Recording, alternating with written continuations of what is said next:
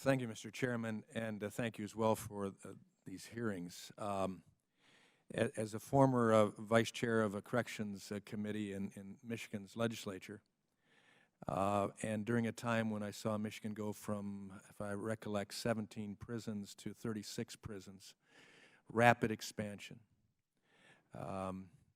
with no resultant success in dealing with crime in the state of Michigan, and efforts on my part at the time to speak to the need for alternatives to incarceration.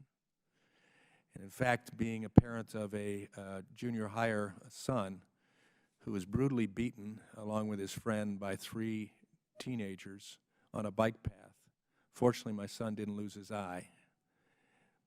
But going to the courtroom and my wife and I offering to the judge an alternative to incarceration, namely working on our farm, scraping and painting a barn alongside of their victim, my son, and myself in July in Michigan, and subsequently experiencing the reality of what it means to commit a crime and see the victim as human, and to experience my wife's good home cooking alongside, I believe would have had a better impact upon those 3 young men than ultimately the judge rejecting that and sentencing them to incarceration in a juvenile facility.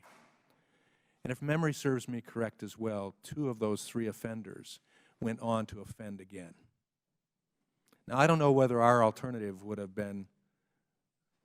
had a better impact. I bet it would have, but I'll never know because it wasn't allowed. So I appreciate your testimony. We have to go to what works, but also what's reasonable and what we should understand that makes common sense.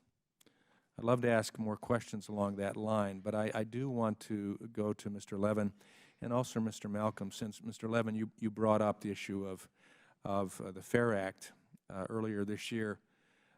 Senator Paul and I introduced H.R. 540, the FAIR Act, to address many of the abuses that occur within the federal civil asset forfeiture process, designed to be a good tool. We understand that. But it hasn't worked the way it should. It's become a tool for abuse as well, at least my contention. So I'd like to ask you, Mr. Levin, to expand on what you started at the final point of your testimony. What do you believe needs to be done at the federal level to reform this process of civil asset forfeiture? And how does forfeiture reform fit the larger criminal justice reform effort? And Mr. Malcolm, I'd like you to respond as well. The mic, if you can hit the button thing. Oh, thank you very much, Congressman Walberg, and thank you for bringing that story about what happened in Michigan to the forefront here. Really appreciate your commitment to this issue. The FAIR Act is, I think, a great proposal to address some of the abuses with civil asset forfeiture. And just so people understand, there's criminal forfeiture, but civil asset forfeiture is where people's money and property is taken before they've been convicted of any offense. And in many instances, they're never actually charged. And there have been a few cases recently where federal authorities, sometimes working with state authorities, just found a guy on a train, an Amtrak train, going from Chicago to Los Angeles, and took the thousands of dollars he happened to have that he was going to use to make a music video, and he's never been charged with anything. They didn't find any drugs. There was no, and he's still waiting to get the money back many, many months later. So the FAIR Act would abolish equitable sharing, which is a mechanism that states and the federal government collaborate. And the way, unfortunately, the good news is a number of states have put certain restrictions on civil asset forfeiture. New Mexico actually got rid of it this year.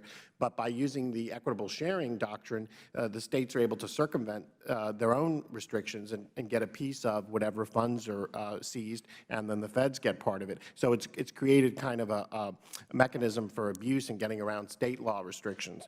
The FAIR Act would also raise the burden from preponderance of the evidence to clear and convincing evidence before property can be kept by the feds. And then it also reforms the structuring law, which is in some instances tripped up innocent people who just made a series of deposits from their business for a legitimate reason. It reinvigorates the innocent owner defense. We've seen cases where a hotel owner faced losing their property because there was prostitution or there was drug activities there, but they didn't know about it. So this would make sure that there actually is a knowledge requirement. And then also matching the severity of seizure with a crime, which recognizes that just because you're smoking pot on your front porch, you shouldn't lose your home. And making sure people, indigent people who confront civil asset forfeiture can have a lawyer provided if they can't afford an attorney. The only circumstance where they're entitled to that now is if it's their home that's being seized. And finally, the FAIR Act also has reporting so that we can know in how many cases there was actually a conviction. The bottom line is, as you said, Congressman Walberg, this is a well-intentioned policy that was designed to take money and assets from like drug cartels before they could hide them and so forth. And so that is a legitimate goal, but it has gone too far, and we do need to have reasonable restrictions to ensure that innocent people aren't tripped up. And so finally, I think it does relate to many of these other issues in the sense that, first of all, like the growth in regulatory crimes, it's part and parcel of the over-federalism, over-federalization of crime, over-criminalization. And just as we've seen the growth of the Federal Government in so many areas, this is just another area. And it does, I think, also implicate just our constitutional rights and the need to protect those. So thank you.